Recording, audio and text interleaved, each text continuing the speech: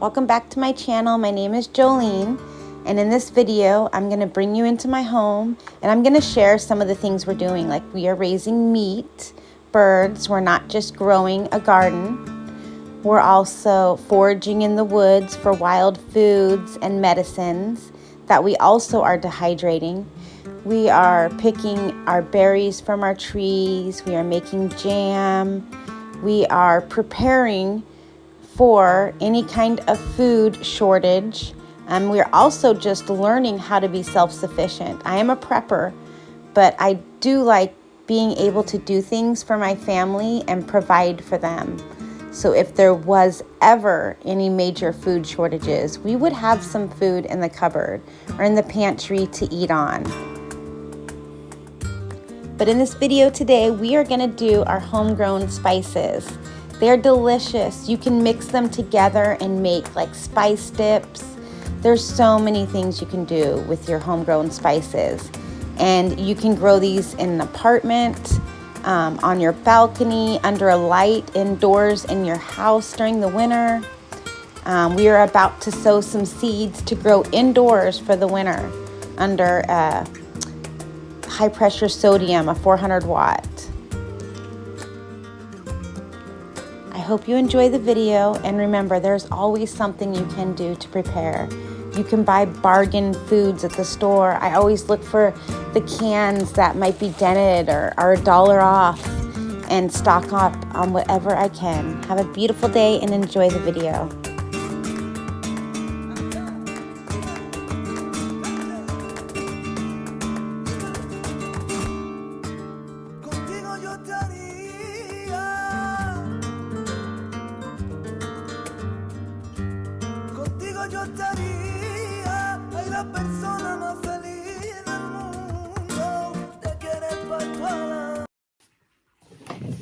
So I wanted to show you, now that we're back inside from picking in the garden, all the stuff that I'm going to make with all these beautiful herbs. Look at this rosemary we got. Isn't that beautiful? We've got some beautiful sage here. We have got a bunch of thyme. Look at that. Gorgeous, huh? So what do you do with all these herbs? Well, I am dehydrating them. I'm putting them on these trays. I'll show you what I'm doing in a second. This is tarragon. That is dried. And I will be putting that in a jar and labeling it. So right here we have oregano. What else do we have? We have mixed mint tea.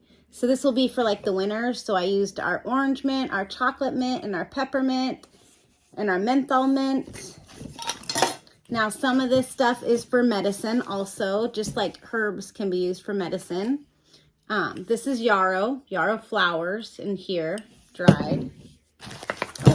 And when I do my first batch, I'll show you when I put this in a jar. So the first couple of days, I put a coffee filter on top of the jar and then the lid, just to absorb any extra moisture, even though I try to make sure that it's dry. Everything dries differently. There is no time that I can tell you it took to dry each one individually, really. I didn't keep track of that. That's something I should keep track of.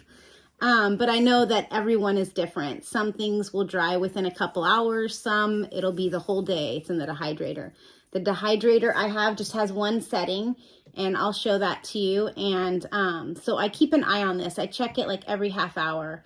I'm looking to see if it is crunchy. And then I let it cool and check it again. Now, if you leave this overnight to like cool, it can reabsorb moisture if it's like raining outside and there's moisture in the air. But this is, what do we got here? Cilantro.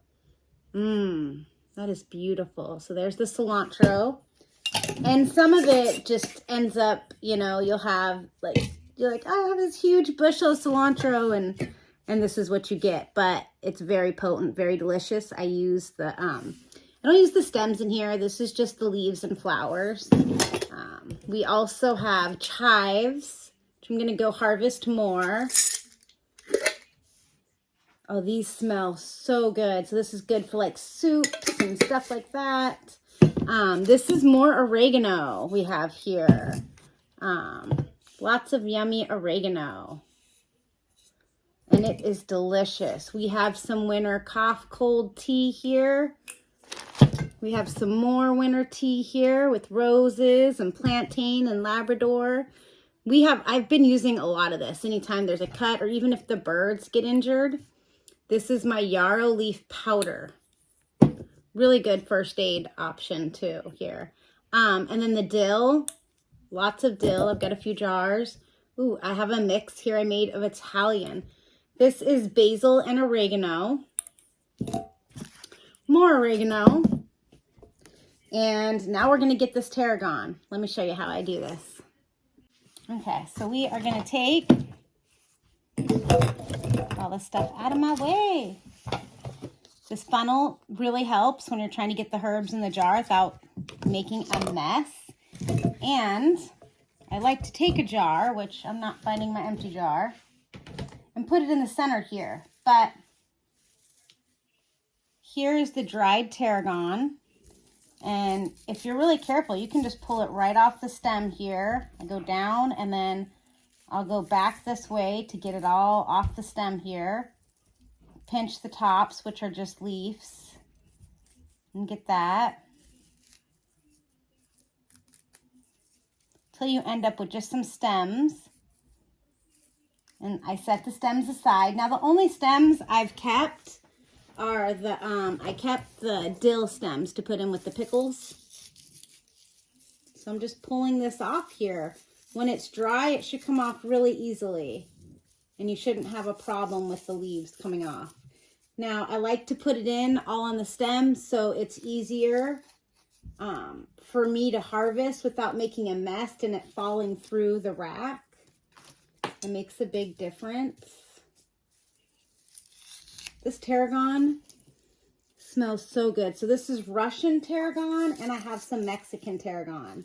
And we're mixing them together because I didn't grow a bunch of each. Okay, it's gonna be delicious.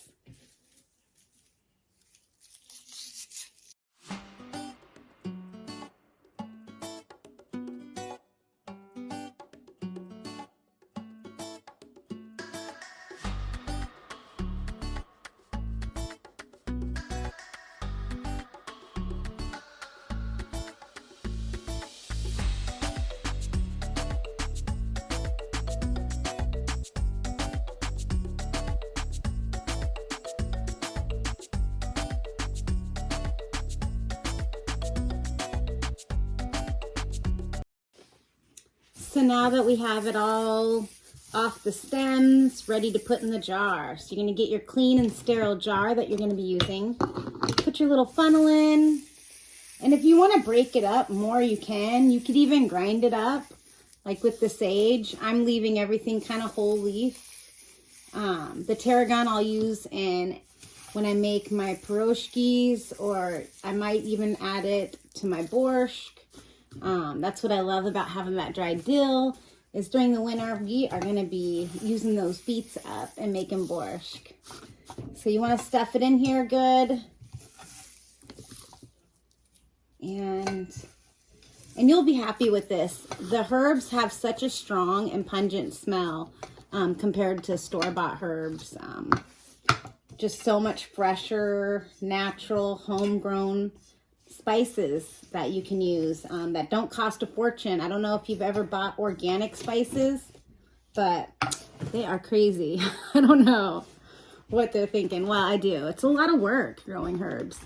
And a lot of the times you'll grow a herb plant and you'll grow it just to like use in your cooking. And I don't think you think about the fact that you could keep cutting on it and it'll keep growing. So you can dehydrate it, cut, dehydrate, cut, dehydrate. You can have many cycles of that. I'm going to bring some of my herbs inside and see how well they'll do. I have a basil plant that I got at the farmer's market from some beautiful ladies out in Willow, Alaska. And I'm going to take cuttings off that and create more basil plants. So I can have basil in the winter also. That's organic and delicious and free. Okay, so I am going to put this on here just for the first couple days, and I will check on it after I seal this jar. In a couple hours, I'll probably check on it. If there's any moisture filling, if it doesn't feel crunchy and crispy, then get it on a plate, get it back in your dehydrator for a short time. You don't want to overdo it, but you definitely don't want to underdo it. You do not want molded herbs up in your kitchen. When you're going to reach for them, you open the jar and you're like, oh, it's kind of delicious, and it's mold. You don't want that. Okay. So I have some of these, if I can find them here. If I can get to them, some labels. We're going to label what it is right away, even though I couldn't find my pen. We always have colored pencils and crayons here. Do you homeschool? Do you run out of pens and for some reason there's always a colored pencil about? Okay, so this is tarragon.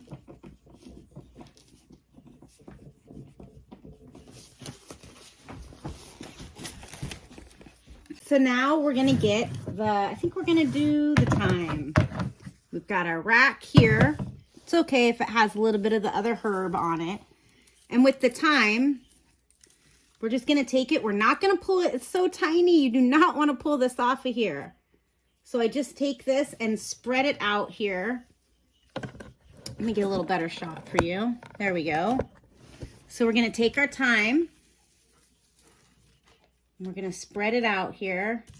Any dead leaves, throw off to the side. You do not want to add that. Once you have each layer evenly, try to get it as even as you can so it'll dry. I think I have a little too much on here. Spread it out so that it will all get the warm air and dry without keeping it moist at all. This is ready for the dehydrator lid. Once you got each layer here filled and evenly spread out, we're going to go ahead and get the lid on and start dehydrating. So I will be checking on this thyme probably every half hour. And I got to push in the stuff that's hanging out. But this is a Nesco food dehydrator. It only has one setting, so I'm going to turn it on and I will check on it in a half an hour. So the thyme dried in about 2 hours and it's nice and crunchy. And I'm going to include a book that I use for a lot of my information. So this is the book I use to get a lot of my information from. And it has been very useful. It's got the culinary and medicinal uses of the herbs and everything, the history of herbs. It's got which oregano you want for the flavor. The medicinal uses are listed in here for indigestion, coughs, and headaches. It can be described as a tonic, a stimulant. It's got a picture of the plant here that you can compare it to. It's got all kinds of good stuff in here.